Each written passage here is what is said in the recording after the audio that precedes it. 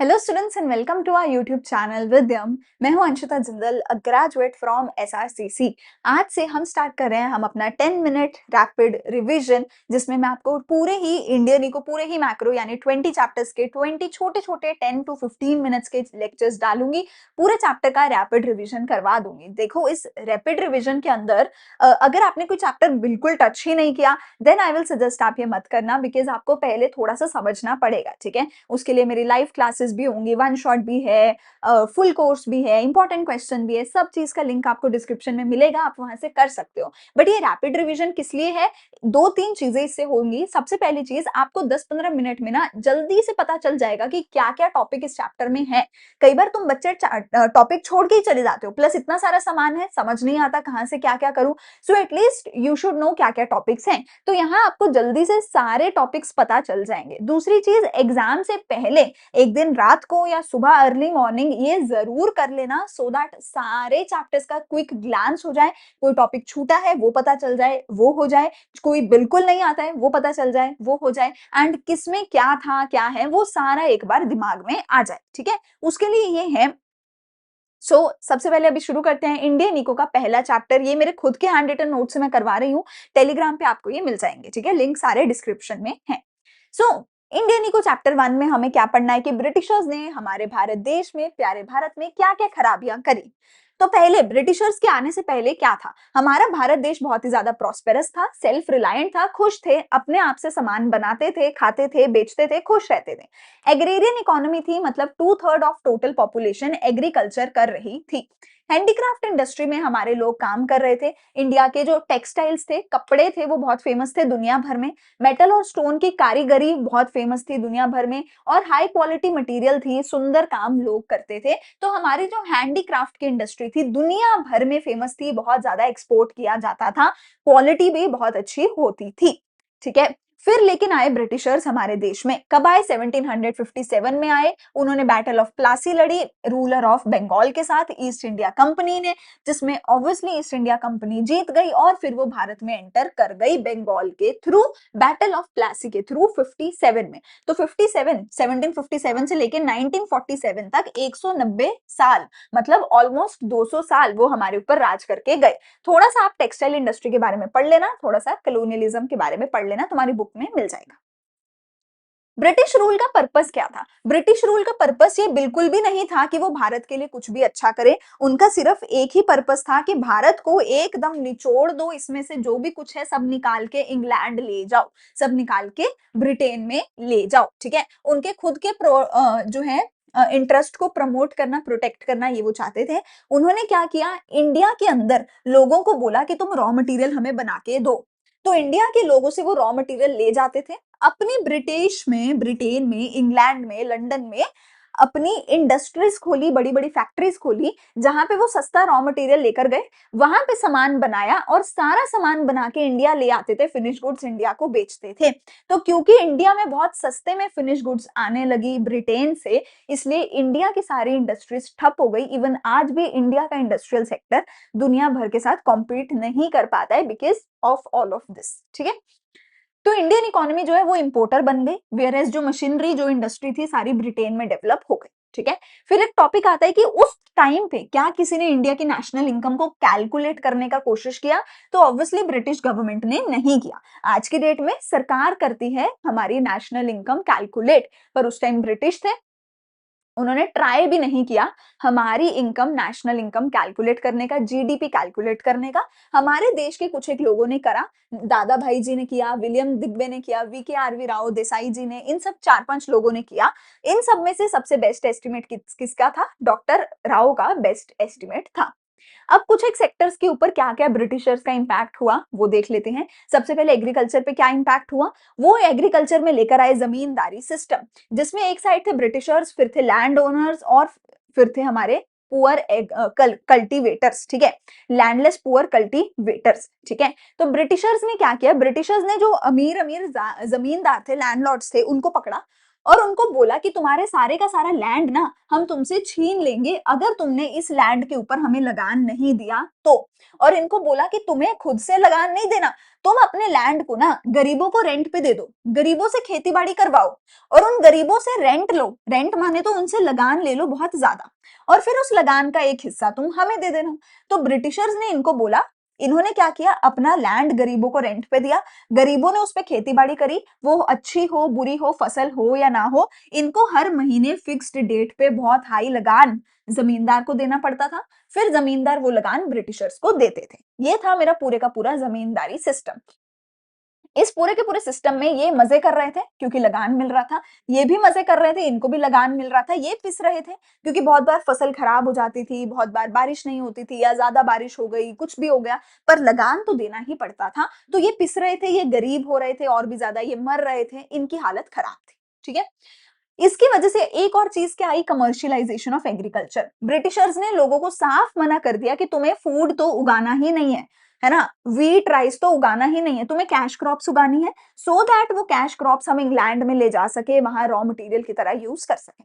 जिसकी वजह से इंडिया में खाना बनना बंद हो गया, इंडिया में भूखमरी आ गई, फेमाइन्स आए, बंगाल का फेमाइन और भी बहुत सारे फेमाइन्स आए और करोड़ों लोगों की जानें उसमें गई भूखमरी के कारण। लो लेवल ऑफ प्रोडक्टिविटी हो गया क्योंकि ब्रिटिशर्स ने एग्रीकल्चर में इन्वेस्टमेंट नहीं किया, जमींदार ने भी नहीं किया, गरीब फार्मर तो इतना गरीब था कि वो कर नहीं पाया, तो हमारी लैंड, हमारी सॉइल खराब हो गई, कोई टेक्नोलॉजी, कोई फर्टिलाइजर, इरिगेशन कुछ नहीं था, हमारी लैंड वगैरह सब खराब हो गया। इन्वेस्टमेंट की बहुत स्कैरसिटी थी, किसी ने इन्वेस्टमेंट करी नहीं, ना सरकार ने, आज की डेट में तो सरकार कर रही है, उस टाइम पे सरकार इनकी थी, इन्होंने करी नहीं, जमींदार ने करी नहीं, गरीबों के पास पैसा नहीं था। ठीक है, तो ये हो गया एग्रीकल्चर सेक्टर। अब आया इंडस्ट्रियल सेक्टर। इंडस्ट्रियल सेक्टर में पॉलिसी आई डी इंडस्ट्रियलाइजेशन की, कि भारत की इंडस्ट्री को ठप कर दो, भारत की इंडस्ट्री को बंद कर दो। क्या करा गया, हमें बोला गया कि तुम्हें अगर बाहर सामान भेजना है इंडिया से, अगर तुम्हें इंडिया से बाहर सामान भेजना है तो पहली चीज, हैंडीक्राफ्ट तो तुम भेज ही नहीं सकते, हैंडीक्राफ्ट भेजोगे तो बहुत हैवी ड्यूटी तुम्हारे ऊपर लगेगी, तो इसकी वजह से लोग हैंडीक्राफ्ट एक्सपोर्ट करना बंद कर दिया, हैंडीक्राफ्ट की इंडस्ट्री बंद हो गई। फिर बोला कि अगर तुम्हें रॉ मटेरियल भेजना है तो ब्रिटेन को ही भेज सकते हो सिर्फ, और उस पे कोई ड्यूटी नहीं लगेगी, कोई टैक्स नहीं लगेगा।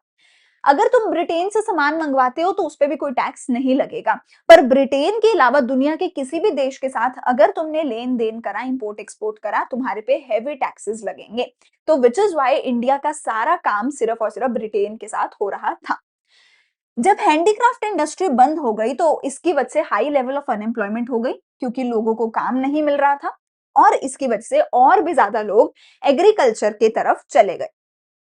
कैपिटल गुड इंडस्ट्री इंडिया में नहीं थी। देखो, अगर तुम्हें फैक्ट्री बनानी है तो फैक्ट्री के अंदर तुम्हें मशीन चाहिए। तुम कहते हो कि मैं इंडिया में कपड़े बनाऊंगा, इंडिया में फैक्ट्री लगाऊंगा, अरे फैक्ट्री में कपड़ा बनाने के लिए मशीन तो चाहिए, मशीन कहां से लाओगे, मशीन बन ही नहीं रही इंडिया में, इंडिया में मशीन बन ही नहीं रही, इंपोर्ट तुम करवा नहीं पा रहे। ठीक है, तो कैपिटल गुड इंडस्ट्री बंद हो गई। ठीक है, जीडीपी में बहुत ही कम कंट्रीब्यूशन था इंडस्ट्रियल सेक्टर का, सबसे ज्यादा किसका था, एग्रीकल्चर का। और पब्लिक सेक्टर का तो रोल था ही नहीं, पब्लिक सेक्टर यानी कि सरकार, आज की डेट में सरकार खूब पैसा लगाती है, उस टाइम सरकार ब्रिटिशर्स की थी, उन्होंने पैसा लगाया। ठीक है, फिर फॉरेन ट्रेड आया, तो फॉरेन ट्रेड में सिंपल है, हम रॉ मटेरियल एक्सपोर्ट कर रहे थे, फिनिश गुड इंपोर्ट कर रहे थे, हमारा सारा ट्रेड 50% से भी ज्यादा ट्रेड सिर्फ ब्रिटेन के साथ हो रहा था। फिर स्विस कैनाल ओपन हुआ 1869 में, जिसकी वजह से और भी ज्यादा आसान हो गया इंडिया से ब्रिटेन के ट्रेड करना। 7200 किलोमीटर से डिस्टेंस रिड्यूस हुआ इंडिया और ब्रिटेन का, पहले ऐसे जाना पड़ता था, अब ऐसे जाओगे, तो अब और भी ज्यादा जल्दी सामान का लेन देन होने लगा।